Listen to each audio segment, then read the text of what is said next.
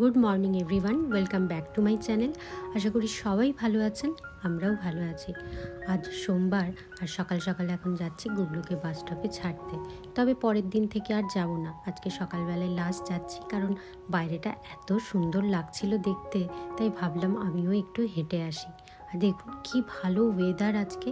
আজ কয়েকদিন বৃষ্টির পর যখন এরকম সূর্য ওঠে তখন বেশ ভালো লাগে।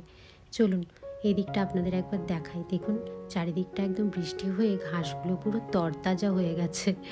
যাই হোক, ওই দেখুন গুবলুর বাস এসে গেছে। ব্যাস, বাসে উঠে গেলেই আমি এবার বাড়ির পথে হাঁটা দেব।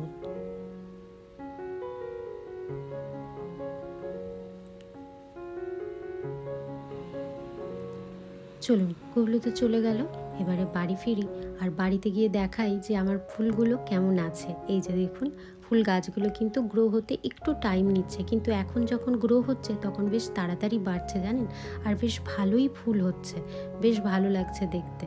আর এই দিকটা যেহেতু সকালবেলায় বেশ ভালো রোদ আসে, তাই ফুলগুলোকে গাছগুলো বেশ তরতাজা লাগে। চলুন এবার চাটা বসিয়ে দিই।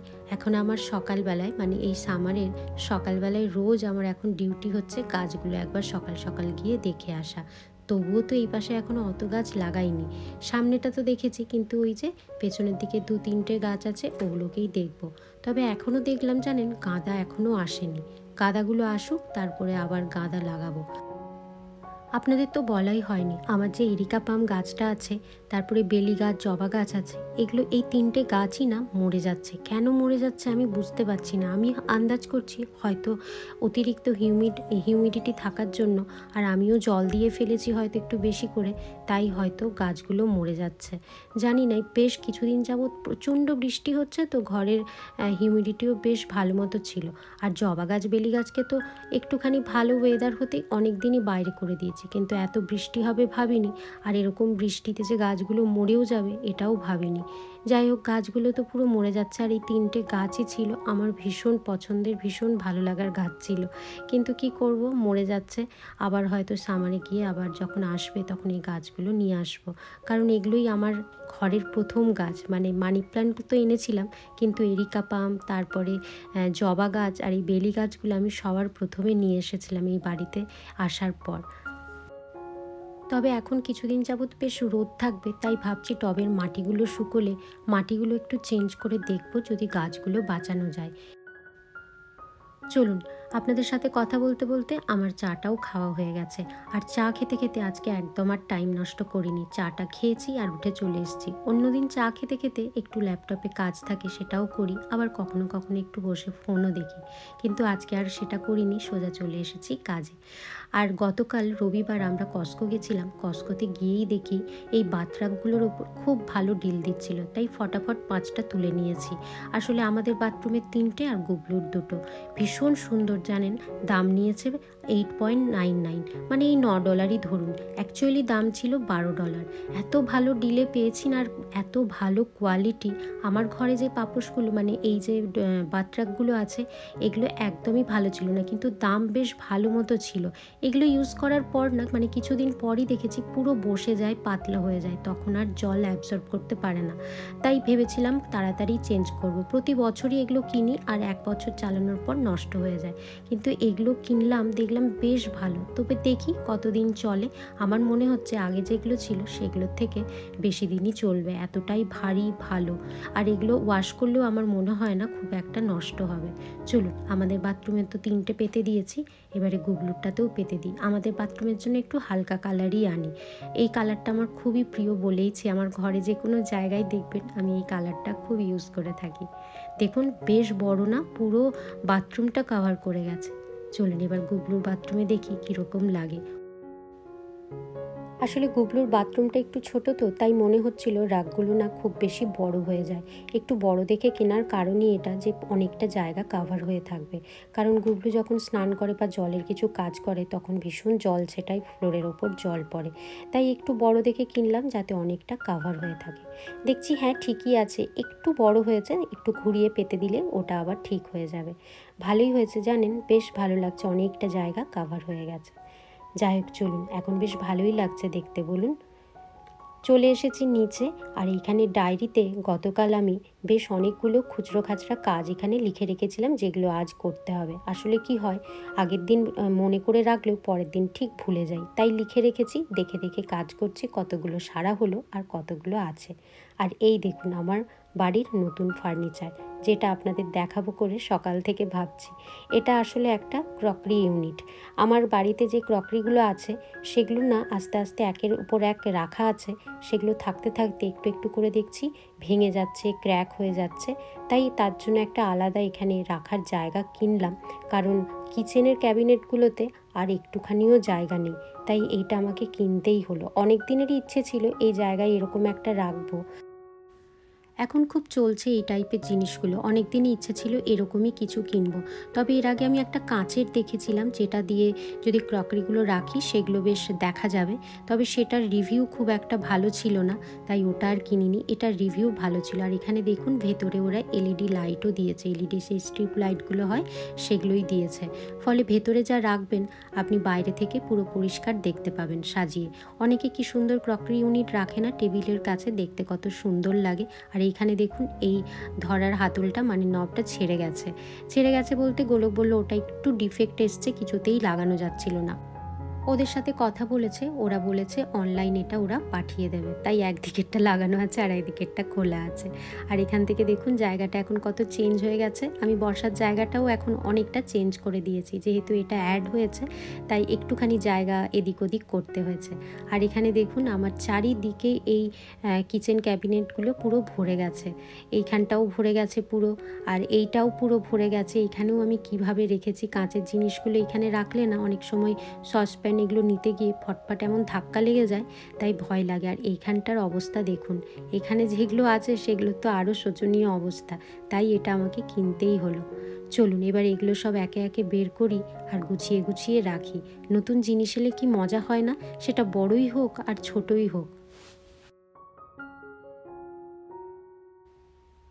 বিশেষ করে এই মাটির থালাটা নিয়ে আমি খুব চিন্তায় ছিলাম। এটা সামনেও ছিল, ধাক্কা খেয়ে না ভেঙে যায়। এখানে দেখুন এটা নতুন আমি কিনে এনেছিলাম কিছুদিন আগে, কিন্তু এই জায়গাটা পুরো ঘষা খেয়ে এই জায়গাটা ছেড়ে গেছে। এত খারাপ লাগছিল, এত সুন্দর দেখতে প্লেটটা।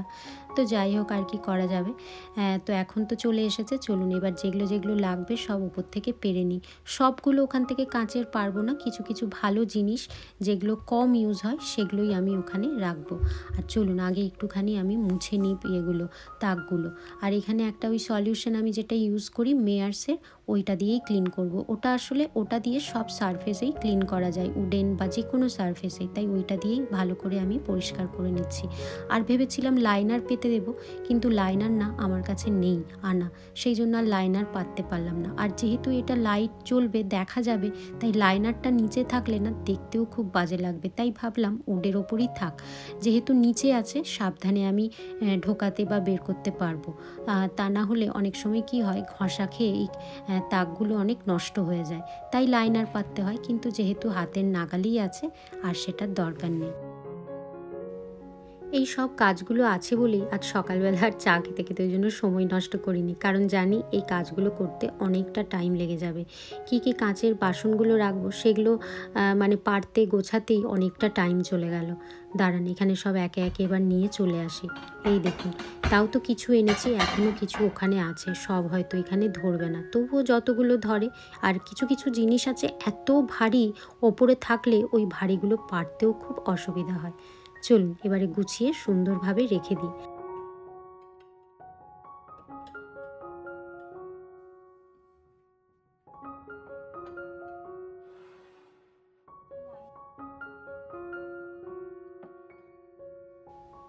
এখানে আমার যত ক্রকারিজ আছে তার মধ্যে ম্যাক্সিমামই আছে আমার গিফট পাওয়া, মানে আমার যে বন্ধুরা আমার বাড়িতে আসে তারা কিছু না কিছু হাতে করে নিয়েই আসে। তো সেই করতে করতেই অনেক হয়ে গেছে। তারপরে তো আমি টুকটাক এতদিন ধরে অনেক কিছু কিনেছি, সেগুলোও জমেছে। তবে গিফটই বেশি আছে জানেন।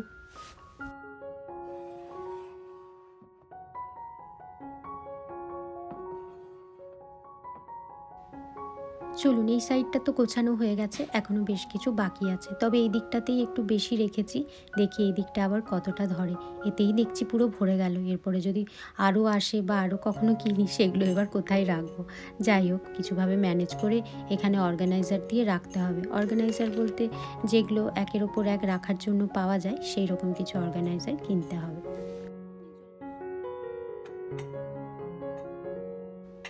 বাড়িটা হবার পর আমি যখন এই বাড়িতে আসি নতুন, তার আগে থেকেই আমি বেশ কিছু ফার্নিচার অর্ডার করে দিয়েছিলাম। তারপরে বাড়িতে সেই ফার্নিচারগুলো ডেলিভার করার পর বুঝলাম এখানে সেই ফার্নিচারগুলো খুব একটা ভালো লাগছে না, বা ফার্নিচারগুলো খুব একটা কমফোর্টেবল ছিল না। তাই তারপরের থেকে যতগুলো ফার্নিচার অর্ডার করেছিলাম আমি রয়েসই করেছি। মানে আগে বুঝেছি কীরকম দেখতে কিনলে ভালো লাগবে, আমার বাড়ির থিমের সাথে ম্যাচ করবে, বা কতটা বড় কিনলে এই জায়গাটায় ঠিকঠাক সেট হবে। সেরকম এই ক্রকারি ইউনিটটার জন্য আমি অনেক দিন ধরে মানে অপেক্ষা করছিলাম। যদিও আমার খুব একটা দরকার ছিল না, তাই এই 2-3 বছরে আর কিনিনি। প্রায় 2.5 বছর পর আবার আমি কিছু কিনলাম, কারণ এখন আমার সত্যিই প্রয়োজন। তবে এতদিনে আমি বুঝে গেছিলাম যে আমার কতটা বড় দরকার, কোন জায়গাটায় আমি রাখবো, বা থিমের সাথে মানিয়ে কীরকম কিনলে ভালো লাগবে। তাই অনেক দিন ধরে অপেক্ষার পর ফাইনালি এই রকম আমি কিনেছি। আমার তো বেশ ভালো লাগছে। আপনাদের কীরকম লেগেছে আমাকে কিন্তু অবশ্যই কমেন্ট করে জানাবেন। আর দেখুন, এতক্ষণ লাইট জ্বলছিল ভেতরে, কিন্তু ভেতরটা ভালোভাবে বোঝা যাচ্ছিল না, কিন্তু এখন জিনিসগুলো রাখতে বেশ ভালো লাগছে না লাইটে। আর ওপরের জন্য এরকম একটা রানারও কিনে রেখেছিলাম আগে থেকে। মাপটা তো আমি জানতামই এটা কত বড়, তাই একটা রানারও কিনে রেখেছিলাম। রানারটার বেশি দাম না, $7 দাম নিয়েছে। আমি অ্যামাজন থেকে আনিয়েছি। যদি কারো দরকার হয় বলবেন, আমি এর লিঙ্ক দিয়ে দেব। আর এখন পুরো লুকটা দেখুন কি সুন্দর লাগছে। চলুন, সকাল থেকে এইসব কাজগুলো সারতে অনেকটা লেট হয়ে গেছে। এবার ঝটপট রান্নাটা চাপিয়ে দিই। আজকে একটাই রান্না করব, সেটা হচ্ছে শুক্তো, আর কিছুটা রান্না করা আছে। মানে টুকটাক আরও কিছু ফ্রিজে সবজিপাতি আছে, সেগুলোই এর সাথে খেয়ে নেব। তো এখানে দেখুন, আজকে একটু বড়ি দেব, তাই এখানে বড়িগুলো আগে ভেজে নিচ্ছি। যদিও বড়িগুলো তেলে ভাজার আগে আমি একটু আগে ড্রাই রোস্ট করে নিই, তাহলে না তেলটা একটু কম লাগে। চলুন, বড়িগুলো ভাজা হয়ে গেছে, এবারে শুক্তোটাকে বসিয়ে দিই। আগে একটু তেল দিয়ে দিলাম, তেলে দিয়ে দিলাম একটুখানি সামান্য হলুদ, কারণ এই উচ্ছেটা ভেজে নিই আগে। আর উচ্ছেটা ভাজার সময় একটু নুন হলুদ দিই এই কারণে, কারণ উচ্ছের যে প্রচণ্ড তেতো ভাবটা সেটা অনেকটা চলে যায় এভাবে নুন হলুদ দিয়ে কড়াভাবে ভাজলে। তা না হলে শুক্তোটা অতিরিক্ত তেতো লাগে। আর ওই তেলেই আবার ভেজে নিচ্ছি বেগুনগুলো, কারণ বেগুনগুলো যদি বাকি সবজির সাথে ভাজি তাহলে পুরো গলে যায় একদম। একটু গোটা গোটা থাকলে বেগুনটা বেশ ভালো লাগে, তাই উচ্ছের সাথে বেগুনটাকেও আলাদা করে ভেজে তুলে নিলাম। তেল দিয়ে দিয়েছি, আবার একটু তেলটাও গরম হয়ে গেছে। তেলে দিয়ে দেবো এখানে একটু 5 ফোড়ন নিয়েছি। আজ 5 ফোড়নের মধ্যে নিয়েছি অল্প একটু রাঁধুনি, আর নিয়েছি শুকনো লঙ্কা, তেজপাতা। দিয়ে দিলাম ফোড়নটা একটু ভাজা হয়ে যেতেই আলুগুলো আগে অ্যাড করে দিলাম। আলুগুলো একটু এপিট ওপিট করে ভেজে নিয়ে তার মধ্যে অ্যাড করে দিলাম কাঁচকলাগুলো একটু ভেজে নেবার পর তার মধ্যে বাকি যে সবজিগুলো আছে সব একে একে দিয়ে দেবো। দিয়ে এবারে একটু ভালো করে ভেজে নিলেই হয়ে যাবে। ভালো করে এটা ভাজা হয়ে গেলে এর মধ্যে অ্যাড করে দেবো অল্প একটুখানি আদা বাটা। অল্পই দেবো, আদা বাটা আবার খুব বেশি দিলে না ভালো লাগে না, তাই একদম অল্প পরিমাণে দিলাম আদা। আর আদার সাথে সাথে দিলাম এখানে অল্প একটুখানি জিরে গুঁড়ো আর অল্প একটু লঙ্কা গুঁড়ো। দিয়ে ভালোভাবে মশলাটাকে সবজির সাথে কষিয়ে নিতে হবে। যখন মশলা আর সবজি একসাথে কষানো হয়ে যাবে তখন এর মধ্যে অ্যাড করে দেবো বেশ অল্প একটুখানি সর্ষে আর পোস্ত বাটা, 2 চামচ মতো অ্যাড করলাম, খুব বেশি করিনি। চলুন, এবার সব সমেত কষিয়ে নিই। সর্ষে, পোস্ত, মশলা আর সবজি একসাথে কষিয়ে নেবার পর এর মধ্যে অ্যাড করে দিলাম ভেজে রেখেছিলাম যে উচ্ছেটা, সেটা অ্যাড করে দিলাম। কারণ উচ্ছেটা একটু শক্ত হয়ে থাকে, তাই এর সাথে মানে একসাথে দিয়ে দিলে জলে এটা ফুটলে একটু নরম হয়ে যাবে। এবারে অ্যাড করে দিলাম পরিমাণ মতো গরম জল। জলটা একটু বেশি করে দিচ্ছি, কারণ সব সবজিগুলো সেদ্ধ হবে, ততক্ষণে জলটা অনেকটাই কমে যাবে। আর দিয়ে দিচ্ছি এখানে পরিমাণ মতো নুন, আর অল্প একটুখানি মিষ্টি দিয়েছি। একটু মিষ্টি দিলাম, কারণ মিষ্টি না দিলে দেখেছি একদমই ভালো লাগে না। আর একদম লাস্টে অ্যাড করে দিলাম, মানে যখন সবজিগুলো অল্প সেদ্ধ হয়ে এসছে তখন এখানে ভেজে রাখা বেগুন আর বড়িটা দিয়ে আবার একটু ঢাকা দিয়ে দেবো, কারণ বেগুনটাও একটু ঝোলে ভিজবে, আর সাথে সাথে বড়িটাকেও একটু ঝোলে নরম হয়ে যাবে, মানে নরম করার জন্য। আর হয়ে যাবার পর একদম লাস্টে অ্যাড করে দিচ্ছি এখানে ভাজা মশলা। আপনারা চাইলে 5 ফোড়ন মশলাও অ্যাড করতে পারেন, তবে ভাজা মশলাটাই এর মধ্যে বেশি ভালো লাগে।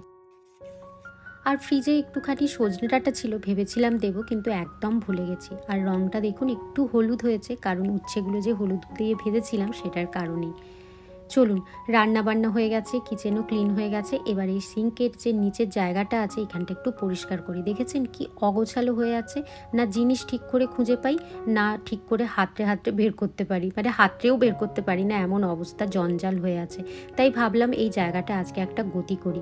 তাই ওপরে আমার কাছে এক্সট্রা অনেক অর্গানাইজার ছিল, সেগুলো সব এনেছি। ভাবলাম সেগুলো করেই রাখি, তাহলে জায়গাটাও পরিষ্কার থাকবে আর অগোছালো হবারও চান্স থাকবে না, চট করে খুঁজেও পেয়ে যাব। তো চলুন, এই যে অর্গানাইজারগুলো এনেছি এগুলোর মধ্যে এবার একে একে যে জিনিসগুলো আছে, মানে সলিউশনগুলো আছে, সেগুলো রাখি। এগুলো হচ্ছে আমার সব ক্লিনার্স, মানে এগুলো দিয়ে আমি বিভিন্ন কাঁচ বা স্টিলের জিনিস ক্লিন করি, বা যে কোনো সারফেস সব এইখানে রেখে দিচ্ছি, তাহলে খুঁজে পেতে সুবিধা হবে এক জায়গায় রাখলে। তবে সব ধরবে না জানেন, কিছুটা রাখছি, কিছুটা আবার অন্য জায়গায় রাখবো। এখানে স্কচ ব্রাইট আনা ছিল, সেটাও রেখে দিলাম। চলুন, এইটা তো পুরো ভর্তি হয়ে গেল, আর একটাতে বাকিগুলো রেখে দিই। এখানে দেখুন এই অর্গানাইজারটাতে এখানে গ্লাভস হাতের, তারপরে এখানে রাখছি আমার বেকিং সোডা, যেটা আমার ভীষণ ইউজ হয়, আর আছে এখানে আমার ডিশওয়াশারের জন্য যে পটসগুলো ইউজ করি, টুকটাক ব্রাশ, ফানেল, এইসব। ব্যাস, দুটোতে বিলিয়ে মোটামুটি হয়ে গেল। আর এখন দেখুন কি সুন্দর পরিষ্কার পরিচ্ছন্ন লাগছে জায়গাটা, বেশ ভালো লাগছে। এখানে সব দেখুন, এখানে আমার যত রকমের ক্লিনার্স আছে, মানে ক্লিন করার যে সলিউশনগুলো, সেগুলো সব এখানে গুছিয়ে রেখে দিয়েছি। এর আগের কিছু ব্লগে আমাকে অনেকেই জিজ্ঞাসা করেছেন আমার যে কাউন্টার টপটা এত ক্লিন থাকে কিভাবে ক্লিন করি, মানে কি দিয়ে ক্লিন করি। তো আমি এই ক্লিনারটা ইউজ করি, এটা হচ্ছে মেয়ার্সের, আর এটা পুরোপুরি প্লান্ট বেসড, মানে এর মধ্যে কোনো কেমিক্যাল নেই। এটা ভীষণ ভালো, দামটা একটু বেশি হলেও জিনিসটা কিন্তু ভীষণ ভালো, আর চলেও অনেক দিন। আর এর যে ফ্রেগ্রেন্সগুলো আছে তার মধ্যে ল্যাভেন্ডারটার সব থেকে সুন্দর গন্ধ, আপনারা চাইলে অ্যামাজনে দেখতে পারেন, ভীষণ ভালো। গুড ইভিনিং এভরিওয়ান, এখন বাজে প্রায় ঘড়িতে 6:30, আর চা নিয়ে চলে এসেছি ফ্রন্ট সাইডে। গোলকও সাথে আছে, তাই বললাম চলো বাইরে বসেই চাটা খাই। আর ওই ব্যাকইয়ার্ডে বসিনি, কারণ ওই যে বলেছিলাম প্রচণ্ড রোদ থাকে, কি রোদ দেখছেন এখনও, তাই চলে এসেছি এই দিকে। আজ সারা দিন আপনাদের সাথে অনেক বকবক করেছি, তাই ভাবলাম আর নয়, এখানেই শেষ করি। আপনারা সবাই খুব খুব ভালো থাকবেন, সুস্থ থাকবেন। দেখা হবে আবার একটা পরের ব্লগে। আর আমার ব্লগটি ভালো লাগলে অবশ্যই একটি লাইক, শেয়ার আর কমেন্ট করে দেবেন। যারা নতুন বন্ধু অবশ্যই সাবস্ক্রাইব করে দেবেন। আজকের মতো বাই বাই।